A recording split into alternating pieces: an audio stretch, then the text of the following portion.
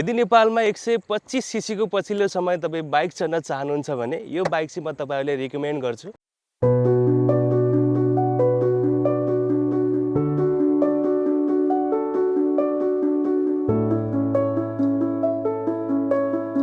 Hello everyone, welcome to my new vlog. के छ तपाईँहरूको हालखबर? आई होप तपाईँहरू सबैजना चाहिँ सन्चै हुनुहुन्छ होला। आजको यो भ्लगमा चाहिँ म तपाईँहरूमा छुट्टै किसिमको भिडियो लिएर उपस्थित भएको छु। यो बाइक तपाईँ देख्न सक्नुहुन्छ। यो बाइक चाहिँ नेपालमा लन्च भएको भर्खरै मात्रै हो। यो बाइक लन्च भएको केही समयमा चाहिँ धेरै नै बिकेको छ र धेरैले मन पराइरहेका छन्। 125 सीसीमा नि यस्तो राम्रो लुक र स्टाइलिस यो बाइक भएर चाहिँ धेरै नै बिकेको छ। मैले किनेको लगभग 1 महिना भइसक्यो। अब यसको मैले चलाउँदाखेरि चाहिँ यो के कस्तो चलिरहेछ, यसमा के कस्तो इस्यु छ, धेरैले यो बाइकमा चाहिँ इस्यु छ भनेर बताइरहेका हुन्छन्। म तपाईँहरूले आज रियल बताउने छु। यो भिडियोलाई अन्तिमसम्म हेरेर चाहिँ सेयर गर्नु होला। खाल्डा खाल्डी रहेछ नागसम।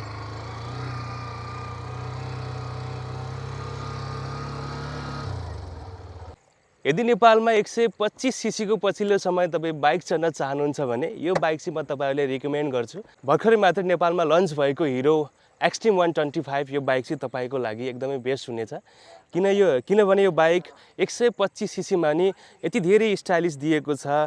एलइडी हेडलाइट दिएको छ। यसमा हामीले जो चार्जर पनि लगाउन पाइन्छ, चार्जिङ केबल सानो यहाँनिर चाहिँ बटन दिइरहेको छ। र अर्को कुरा के छ भने यसमा चाहिँ अगाडिपट्टि चाहिँ सिंगल च्यानल एबिएस दिएको छ, जो ब्रेकिङ सिस्टमको लागि चाहिँ एकदमै परफेक्ट हुनेछ।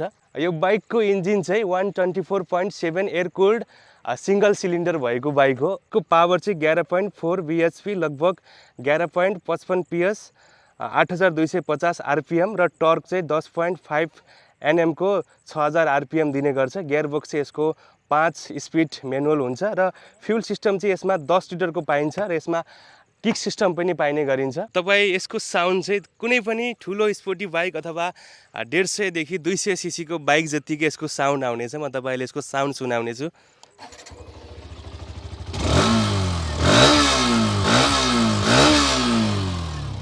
यो चाहिँ यसको साउन्ड हो। यसको सबैभन्दा बेस्ट चाहिँ के लाग्छ भने यति सानो सीसीमा पनि एलइडी हेडलाइट दिइरहेको छ र सिंगल च्यानल एबिएस दिइरहेको छ र पछाडि चाहिँ ड्रम ब्रेक हो।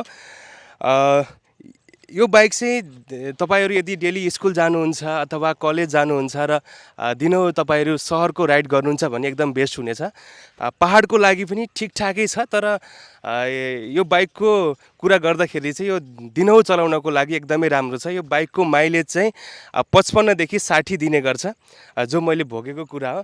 तपाईँहरूलाई चाहिँ म यदि 125 सीसीमा सबै चिज चाहनुहुन्छ, स्पोर्टी चाहनुहुन्छ, तपाईँले डिजिटल मिटर चाहनुहुन्छ र यसका फिचरहरू पनि चाहनुहुन्छ भने तपाईँले यो बाइक किन्न सक्नुहुन्छ। एकदमै तपाईँलाई कम बजेटमा यो लगभग 3,27,000 मा यो बाइक आउँछ र तपाईँले त्यतिमा चाहिँ यो बाइकलाई आफ्नो बनाउन सक्नुहुनेछ।